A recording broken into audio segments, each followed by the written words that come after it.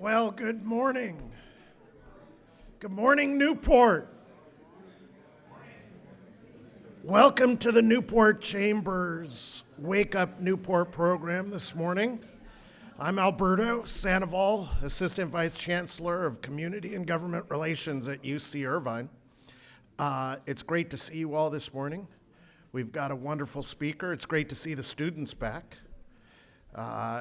I hope you all have great questions for your assembly member. Ask her tough questions. She'll have good answers for you. But before we get to our assembly member, I think we're going to hear from our illustrious leader, Steve Rosansky. Illustrious. Good morning, I'm Steve Rosansky, President and CEO of the Newport Beach Chamber of Commerce. Welcome to our last Wake Up Newport of the 2023 year. But we're going to go out with a bang. As Alberto said, we have Diane Dixon here, former council member and mayor here in Newport Beach, now an Assemblywoman. Before we get to that, just a couple people in the audience I want to introduce. So first off, Councilwoman Robin Grant in the back. Planning Commissioner Jonathan Langford is with us. Paul Watkins back there, he's chair of the Library Board of Trustees. He managed to get the council to vote to move forward with the library lecture hall, which we're hopefully going to be in 2 years maybe? 2 years? Yeah. Nancy Scarborough running for Newport Beach City Council.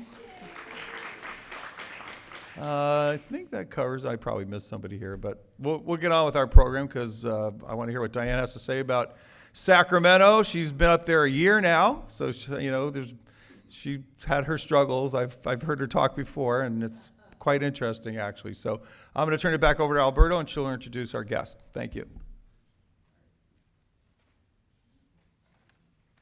Well, it's great to have the assembly member here. Diane spent 40 years in the private sector as a business executive before being elected to the Newport Beach City Council in 2014, where she served 2 terms as mayor. Her leadership helped deliver budget surpluses, pay down pension liabilities, improve public safety, and complete infrastructure projects on time and within budget, and greater cooperation between residents, businesses, and government to resolve community problems. A regional leader, Diane is past president of the Association of California Cities, Orange County. She served on the regional council of the Southern California Association of Governments, SCAG, and as a board member of Orange County Council of Governments. Diane has been an active member on several philanthropic community-based boards of directors for nearly 4 decades, including United Way of Orange County, YMCA, Public Television, USC Board of Councilors and Alumni Association, where she served with Chancellor Howard Gilman, educational institutions, child service agencies, and health-related organizations. She earned a bachelor's degree with honors in political science from USC. Diane has been married for 47 years to Pat Dixon. Sorry, Mr. Dixon. A career prosecutor who currently serves as special counsel to the OCCOG. Their daughter, Colleen, a former prosecutor, and her husband, Graves, are the parents of Diane and Pat's 3 grandsons. Please join me in welcoming my friend, Diane Dixon.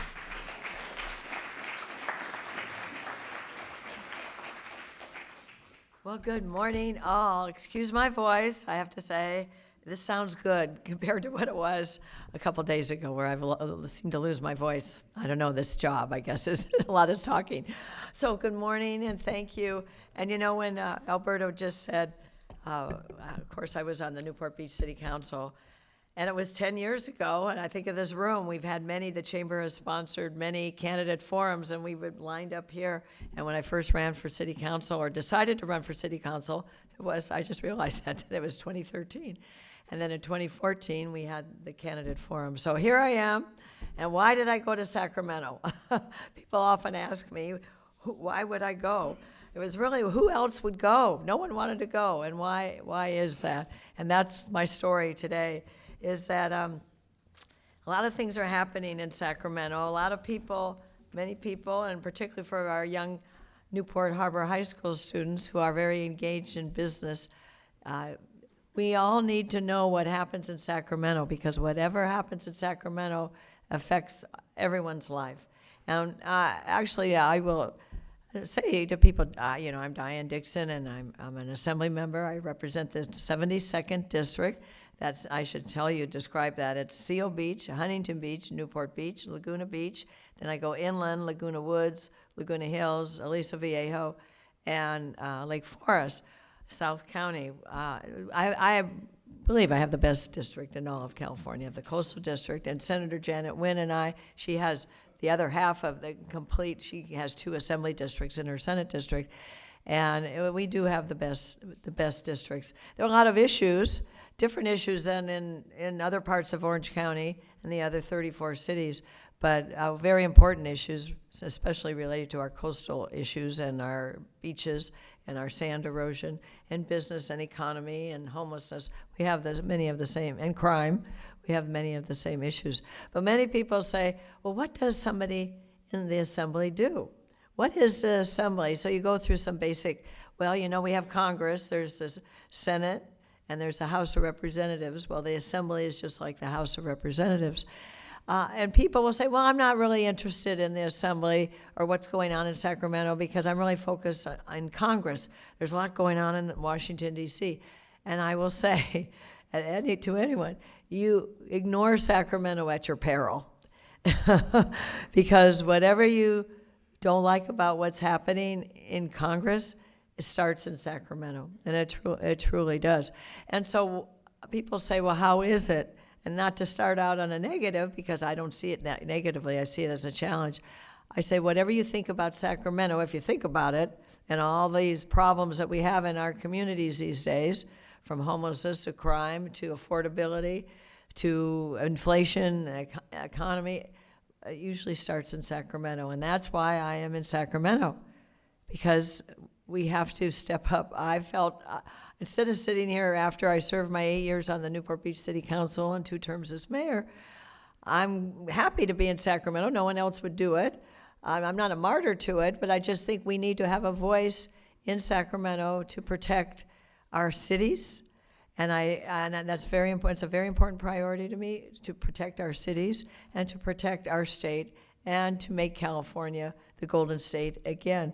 And a significant issue relates to people my recommendation is people need to be more involved and aware of what's coming out of Sacramento, because it is problematic for businesses. And these young students who are going to be in business, and they're already starting, some of them I was talking with, have already started their own businesses and thinking about business. California laws are not friendly to business. So just to put that out there, and I'll tell you what I'm doing about it.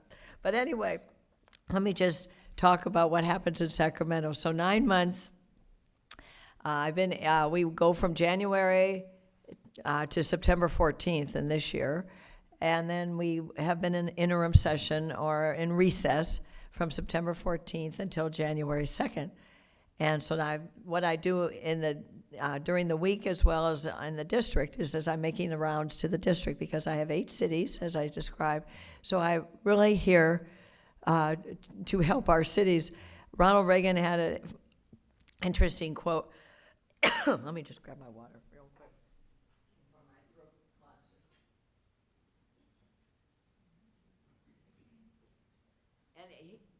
Ronald Reagan would say it in a way that was the basis for his presidency. I'm from the 9 worst words in the English language.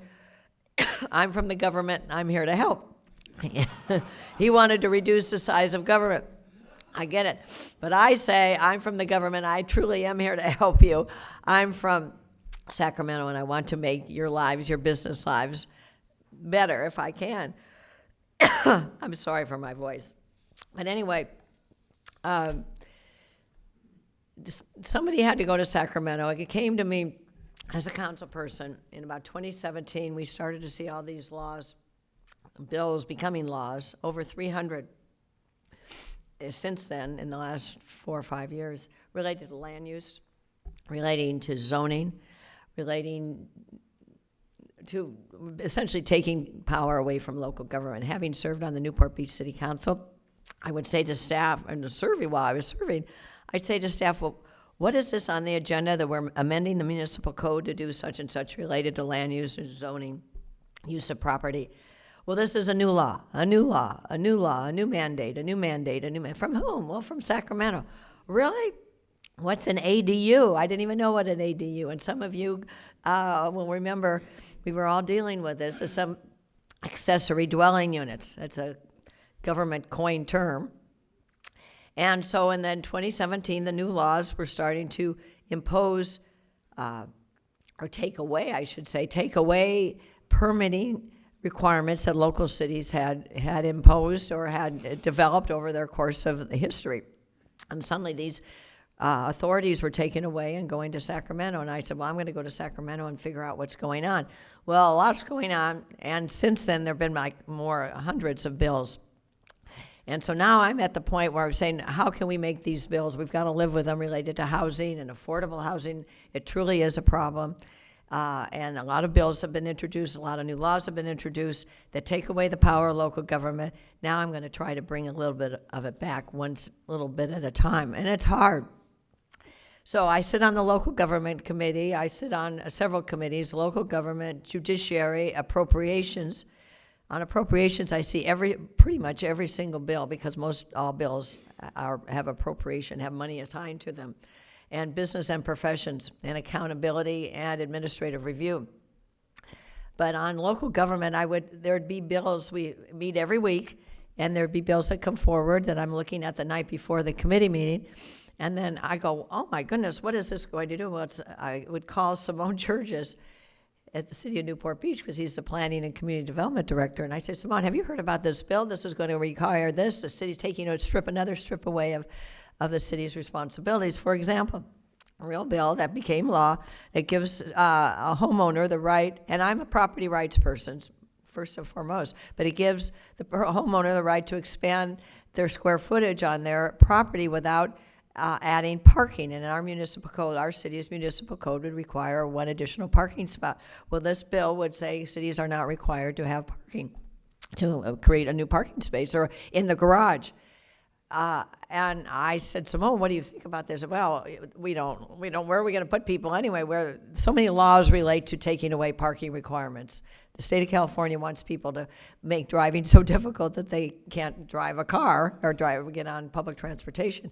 So it involved an interesting discussion. I spoke about this in local government. I said, I come from a city and an area, because Huntington Beach has the same issues, Laguna Beach has the same issues, that there's a shortage of parking in the summer months, and now we're just making it more difficult to find parking. People really aren't sympathetic to that, but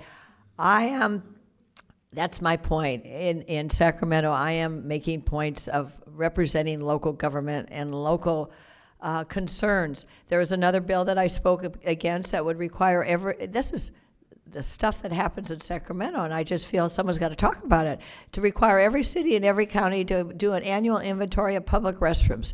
I said, why do cities have to do this? They have to, I mean, it just is nonsense. And I said, we had a situation in my district in the city council where we were short public restrooms. I mean, that happens. I don't deny that.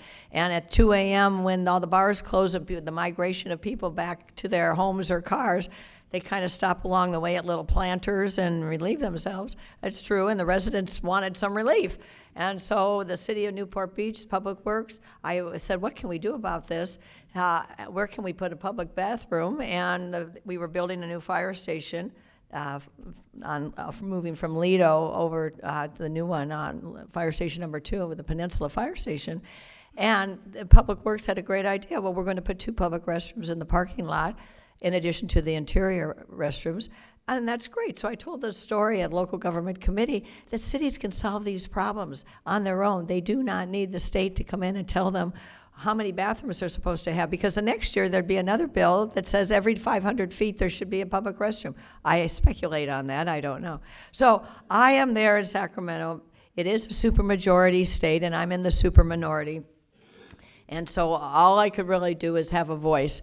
And some people may think that's climbing up a hill, and it is, but I feel we have to have a voice. And on business, let me talk about business. I believe, I should do an actual count. I think out of the 120 members of the legislature, there are 80 in the Assembly and 40 in the state Senate. I think maybe fewer than 5 have ever been in business, have ever worked in private industry. And it is evidenced by the fact that, as I mentioned, the appropriations, and we're in a deficit. They just announced that over the next 2 years, a $53 billion deficit. The legislature has no sense of what things cost, or even if, I've never seen a bill that doesn't cost anything. And so they just, 2,600 bills. And of those, 11 were introduced in the House, in the Assembly and the Senate, and 1130 went to the governor to sign at the end of the session on September 14th. And all of those had appropriations. Now, to the governor's credit, he did veto a number of them that were extremely costly, but they were extremely costly. Those that did get through, some of those were bad for business and he vetoed them, but some were bad for business and he approved them and he signed them. And little things that are important. In fact, I wrote an op-ed about this, that raising the minimum wage in the healthcare industry, of those of you in the healthcare industry, raising the minimum wage to $25 an hour over the next several years, 2 or 3 years in a graduated scheme, which is, minimum wage, people need to have affordable lives, of course, but there's no consideration of what this is going to cost business, the cost to business. And ironically, this is a true story, in the analysis of the bill on the cost, it was not considered that there are public employees who are in the healthcare industry whose wages would be increased as well. No one thought about that cost to the state of California, which was really the cost to business. It was $8 billion at one point to the cost of business, but it's the cost to the state of California additionally. And that analysis still hasn't been done. I wrote an op-ed about that while it's really important that we help people lead affordable lives, of course, but no one considers the cost ramifications and the consequences. And I see this over and over and over again.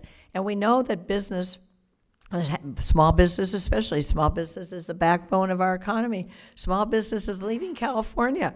And that's just not a talking point, that's reality. Over 350 businesses have left California and have gone to low-cost, low-regulation, low-tax states like Arizona, Texas, Florida, Nevada, et cetera.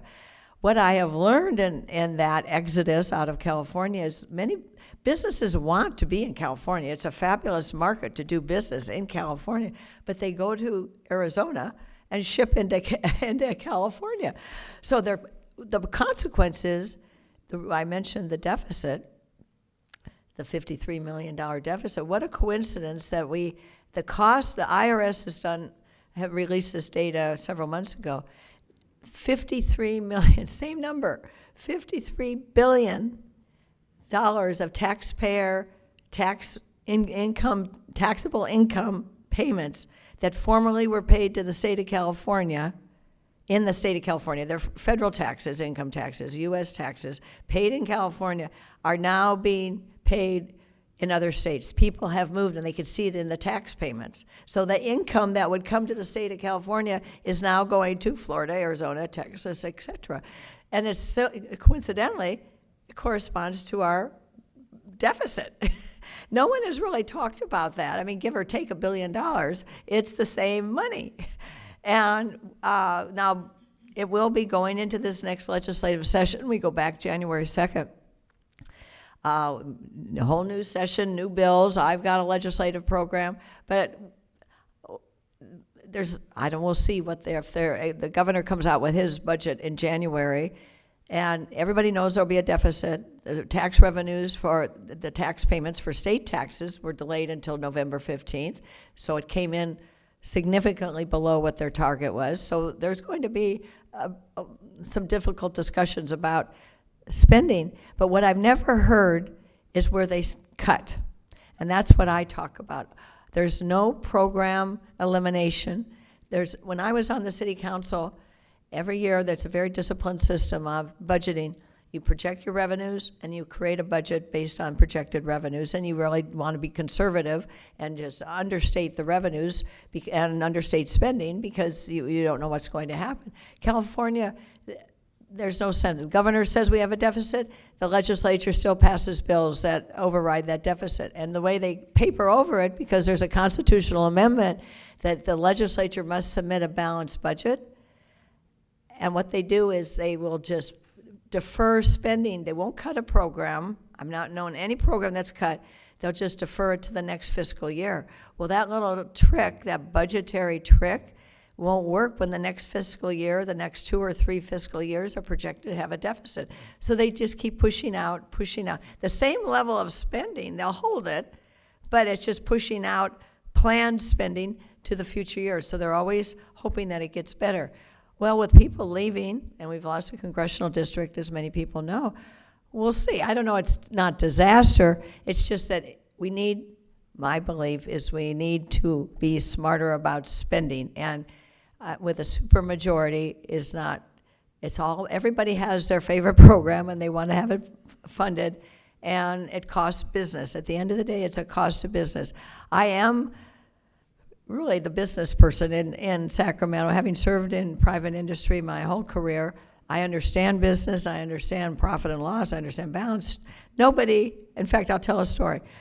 Nobody really, very few people understand. I don't want to be overly hyperbolic, but I asked with one of my Democrat colleagues, we were talking about some program and the deficit or something, and I said, just a matter of curiosity, how much profit do you think is too much for a business? They said, well, 0 is okay. So, I mean, it's just this lack of fundamental understanding of finance, that how do you invest in new business, new products, new jobs? Anyway, well, just to bring it home, it's a constant challenge to explain. My little example of what I'm doing for business started here in Newport Beach when Seymour Beek told me last January that he had a little problem with the California Air Resources Board. So how many people are familiar with the Balboa Ferry and what's going on? So I call it's the symbol, writ large, of what's happening in California. So just a little update on that. It's a sad story for a small business person, family-owned business, and it's just an example, an illustration of many, many, many small businesses in California that are going through the same challenge, and large businesses too. The California Trucking Association, the railroad. There's a Baltimore, something long string of initials, Baltimore, something, Santa Fe Pacific. They've changed their names over the years. They're suing the state as well. Here we have Little Balboa Island Ferry Company by Seymour Beek, who has to convert his 3 ferry engines to zero-based emissions, which means an electric battery system, by, here we're getting close, a year from now, December 31st, 2024. He tells me this last January, and I was just appalled, and I said, what are you doing? Now, the truckers and the railroads and the automobile companies, they have teams of people, lawyers, engineers, scientists, working on new batteries, new technologies, which incidentally has not been a new truck diesel or a battery to replace diesel truck engines. So there's still a long way to go, much less a ferry. So here we impose, the state of California, these are regulations, these are regulators, not elected. The California Air Resources Board, not elected, is determining the life or death of a California company. And so Seymour says to me, well, what can you do, Diane? And he's got a stack of forms he's got to fill out to show an exemption, that he qualifies for an exemption to the rule that says that he must have converted all of his engines to zero-based emissions by December 31st, 2024. And I said, well, do you have a lawyer on this? Do you have a government relations person? I mean, companies have lobbyists and government relations people in Sacramento.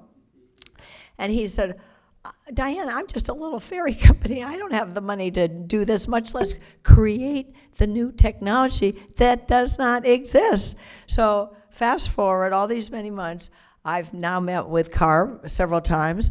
My staff in Sacramento, my staff here, Oh, I should introduce Cooper Stroll. Where's Cooper back there? He's my field rep. So anything you need to know from me, Cooper is the guy to go to. We've been working with Seymour, but what he had to do, CARB did say, in a meeting I had with him, one of many, but they did say, well, if Mr. Beek submits a form for a grant, for an exemption, but he has to show that he's investing. This is the catch-22, and this applies to any business. You have to show that you're investing in the new technology before they will consider an exemption or a deferment in the deadline. So this is a true story. He has to spend over $100,000. He's hired a naval architect, engineer, to create the first in the world battery for ferries of his size, of his capacity requirements to hold 3 cars and passengers and bikes and all that, and then the infrastructure to support that electrical source of energy. It doesn't exist. It's not like he could just buy it from a supplier off the shelf. And so what happens if he doesn't have it? I mean, we don't know. So when I met with CARB and the senior people, and they did, thanks to a lot of great work from Visit Newport Beach and Gary Sherwood and that team in the chamber. Everybody's been promoting this problem, educating people, the community with this problem. So there have been over 30,000 signatures on an online petition, which truly influences, and it has an influence. So I sat down with the CARB people and I said, as far as I know, I see 3 options. You grant the exemption when he submits the necessary paperwork to just be able for them to have a public meeting to discuss this, or I'll introduce a piece of legislation, which I intend to do, or he could sue the state of California. They didn't like that. My staff got a little upset when I threatened a lawsuit. But the Trucking Association has sued CARB. The railroad has sued CARB. And maybe others have. I just happen to have seen those on the front page of the LA Times over the past several months. So this is the money, the time, the mind, the brain share. He just wants to operate a ferry to go across 800 feet on the harbor. So when I had a meeting, one of my meetings with a bipartisan, bicameral group of legislators called the Problem Solvers Caucus, I said, and there was a former executive director of CARB, and this was early last year, and I said, how many people have been to Newport Beach? They raised it, half of 20 people raised their hand. How many have ridden the Balboa Ferry? They raised their hand. And I said, well, you better hurry. If those of you who haven't, you better hurry because it's going to go away because CARB is going to eliminate it because it doesn't have zero-based emission battery power. And so I asked the speaker, who had just been the executive director. I did not know him. And I said, I'm just curious. I was trying to have a friendly conversation in all of this. How would Mr. Beek have known that this was happening? Well, he said indignantly, he says, well, Assemblymember Dixon, we had over 10,000 hearings on this. I said, really? He never heard a single one. No one told him, well, he didn't open his mail.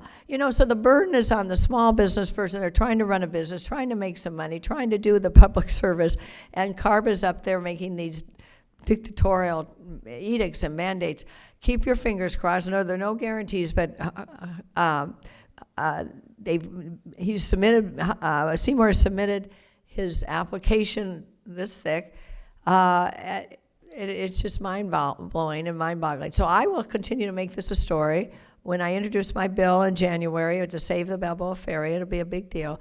And this leads me to the next point, just about how we get things done as a super minority party, pro-business, pro-community, pro-local government, the voice of the people. So in my last few minutes, I want to talk to you about how important it is. A lot of people over the years will say, oh, I don't know if my vote counts. I don't know if I write a letter, if it counts. It absolutely counts, especially now.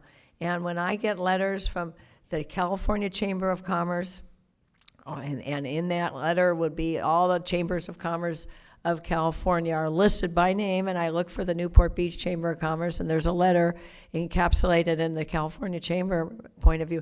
It is really, really important. I say this to local governments. I say this to the cities I represent. It's very important that you represent your point of view, because at least I am reading that, and it does make a difference on business issues especially, and I am now realizing that I'm really becoming the primary speaker on business issues, and people just don't consider the business issues, like on ballot measures, ACA 1, which would, and there are a lot of ballot measures coming forward, ACA 1 and ACA 13, which really are designed to eat away or chip away at Proposition 13, so be on the alert for those.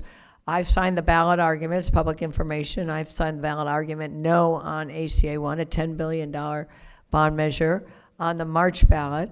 And next November, there will be, I guess ACA 1, ACA 13 will be on next November. That changes Prop 13 too. I'm happy to talk about that later. It's a little convoluted what they've done. But anyway, I am the advocate for business, and to the Newport Beach Chamber of Commerce, I'm proud to say that, and I say that to the California Chamber people. And I just wrote an op-ed, I think for Epoch News, that's going to be in the next day or two, or next several days about, and Cooper's coming up here to tell me that I've got to wind it up. There's just so much to talk about. But I am your advocate, because and the restaurant industry, the retail industry, small business, the cost of doing business in California from regulation and taxes. In fact, with the deficit that I mentioned, just you wait, how to cover up that deficit is going to be, somebody's going to come up with a new tax. I mean, it will happen. And it is there's no debate, no consensus, no negotiation. It's the supermajority has the power to make these things happen. So I'm there to represent you. I want to just touch on real quickly, I have one more minute before 8:20, on public safety. Safety is a big issue. There'll be some changes in the Assembly. We have a new chairman of the Public Safety Committee.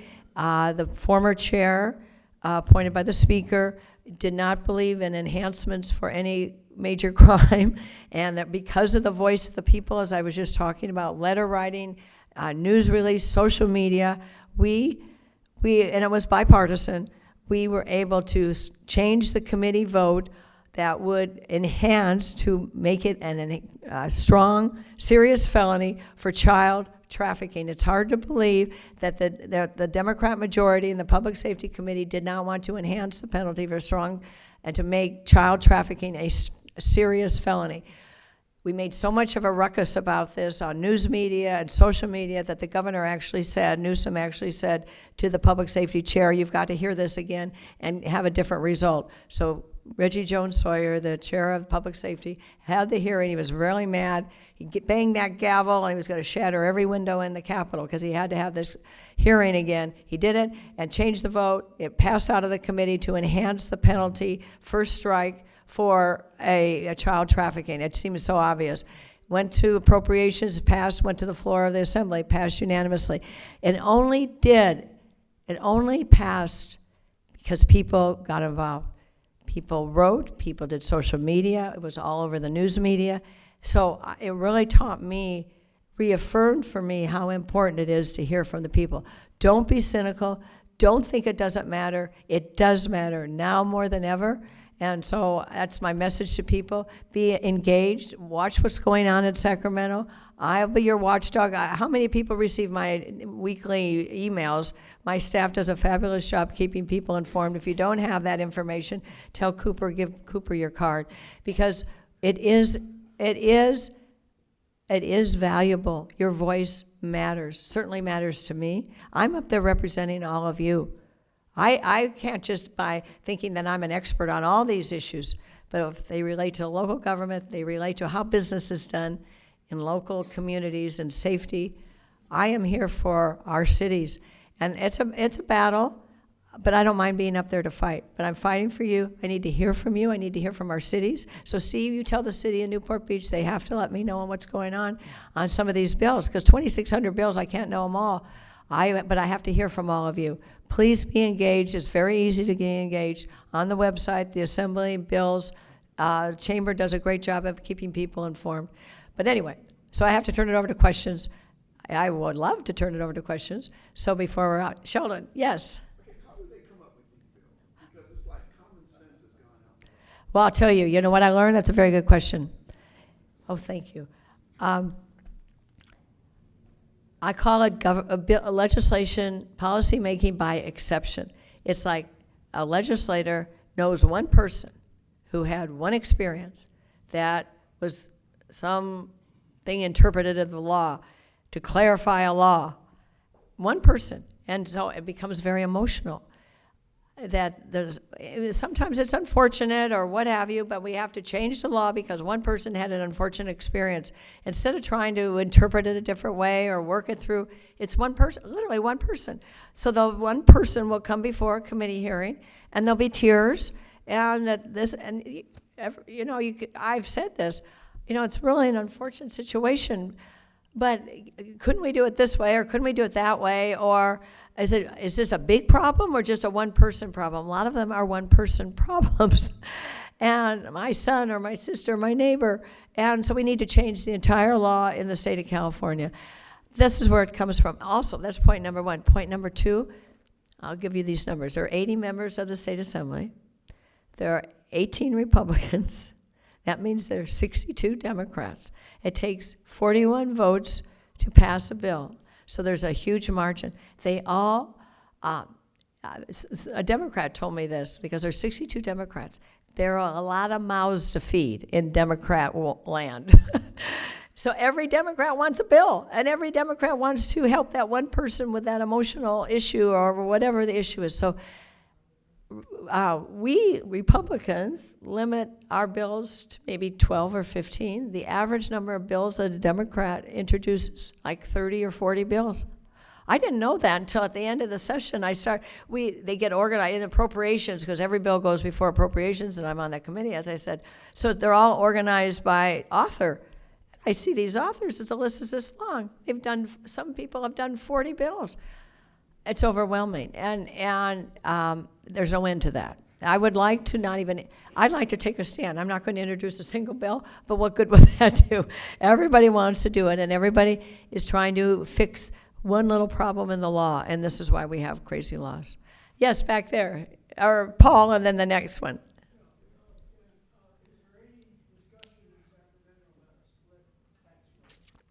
Well, that's the ACA one on. That's right. ACA 1 and ACA 13 on the November 24 ballot next year.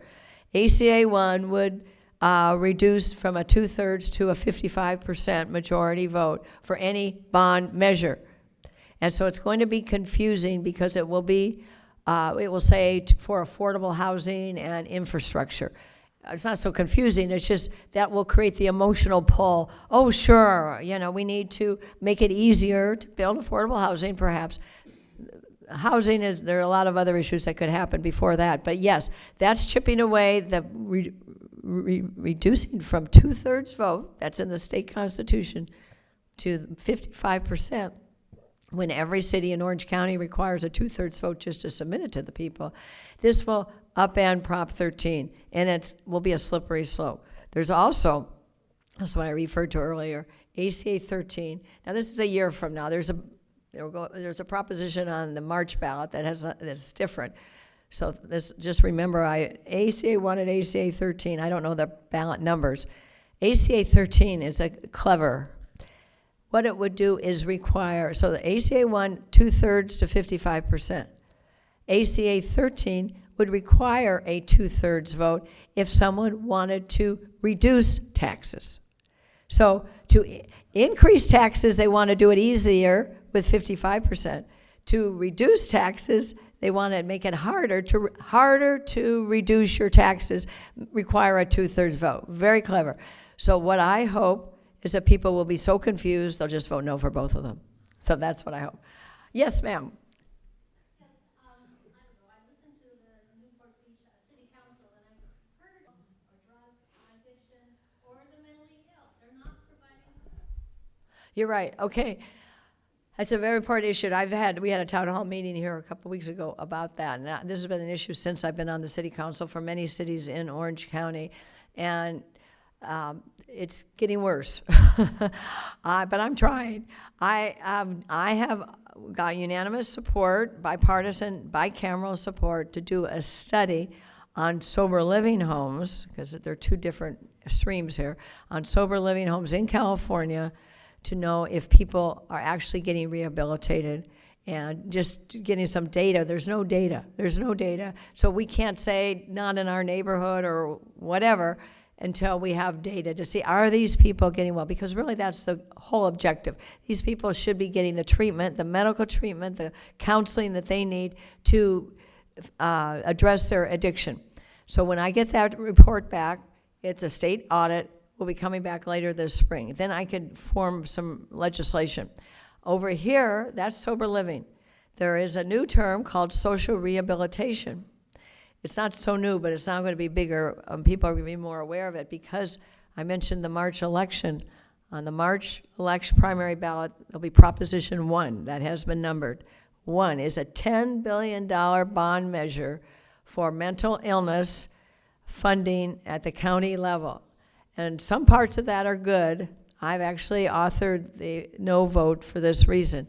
What it does is allow for social rehabilitation homes to help the mentally ill be able to establish anywhere to get this grant money from the bond measure to build or own a social rehabilitation home in any neighborhood, any residential, commercial, or industrial. This is new, putting it in law, any residential neighborhood for social rehabilitation. Now, social rehabilitation is mental illness. We want people to get the help. Absolutely, number one issue, first and foremost. But to your point, they're in the sober living, there is no state regulation. They have to be state licensed, but there's no active enforcement.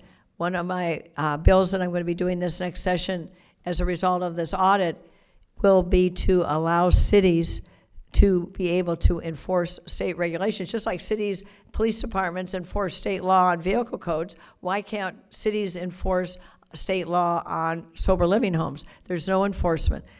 So we have to clean up the industry, and we want the good operators to do what they need to do to get people well, but there are a lot of bad operators. Social rehabilitation hasn't really become as well known, and it's many people are aware of it. I'm not the only one talking about it. South County has a lot of issues related to this, so I am concerned about Proposition 1 and its impact in our communities. You're absolutely right.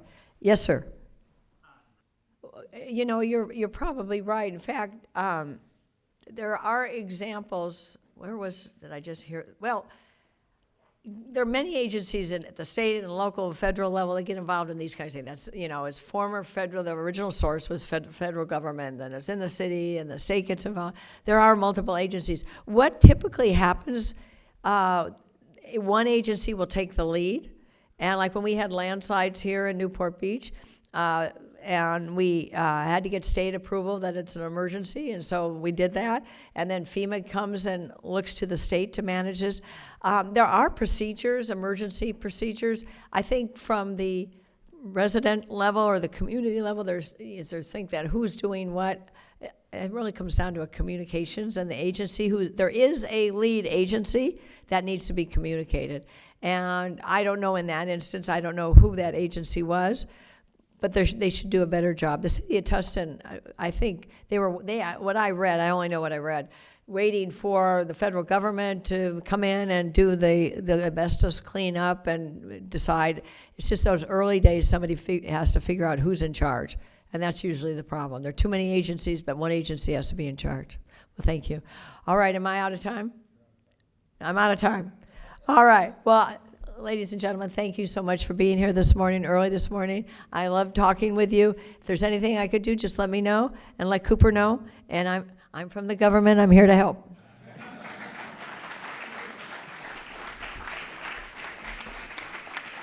Thank you, Alberto. Thank you. Thank you, Assembly Member. You're going to take all that back to your high school, right, and put it to use. All right. And then when you go to college, put it to use. And then when you graduate, put it to use. All right. Thank you. We're going to close out with Steve. Thank you, Diane. As usual, you shed some light on the inner workings up there in Sacramento. It must be very challenging. I certainly probably wouldn't do it myself. So I applaud your efforts and fighting the good fight up there. I did actually, glad you mentioned, our DECA students are back with us. We got a bunch of them here in this row, and hopefully we'll see a lot more of you. Make sure you go back and tell everybody back at Harbor High School. I hope you had a good time. You learned something this morning. And a few things just to close. If you're wanting to engage with the Chamber again, next Tuesday is our annual mayor's reception at the Back Bay Bistro. It's almost sold out, so if you're interested in going, I'd sign up today. It's here in Newport Beach. How we elect the mayor is the last meeting of the year, the city council gets together and decides who of the 7 will be the mayor for next year. So they're going to pick that person Tuesday night and the new mayor pro tem, and then we're going to have a big party for them. We're also going to be doing our Chamber Volunteer of the Year awards for our Ambassador of the Year, our Navigate Young Professional of the Year, and our Silver Anchor recipients. So it's a lot of fun, great buffet dinner, and I encourage you to come and celebrate with us. And then, of course, our biggest event of the year is the Chamber of Commerce. The Boat Parade starts on next night, December 13th through the 17th. Got a few surprises this year. We're going to have a drone show over the Balboa Bay Resort. We got a boat that's going to have a band on it. It's going to move ahead of the parade and stop different places around the harbor and play some music for everybody. And, you never know what else we'll come up with. I think we have a live broadcast or streamed broadcast with NBC affiliate up in LA that's going to cover the parade as well. So a lot of great things, and hopefully it looks like good weather too. So knock on wood, let's hope it stays that way. And then we're going to be done for the rest of the year. Our next Wake Up Newport meeting, I think, is January 4th. And our police chief, Joe Cartwright, will be our speaker. So it's always good to hear what's going on, with break-ins and stealing catalytic converters and car chases, and we even had a few homicides here in town, which is kind of unusual. We don't really get that much of that, but we've had some 1 or 2 incidents on the peninsula, some shootings and things. So it'll be interesting to hear his take on why that may be happening, if it's one-off thing or something that we can expect in the future. So if I don't see you before the end of the year, have a great holiday season, and we'll pick it up again in January. Thank you.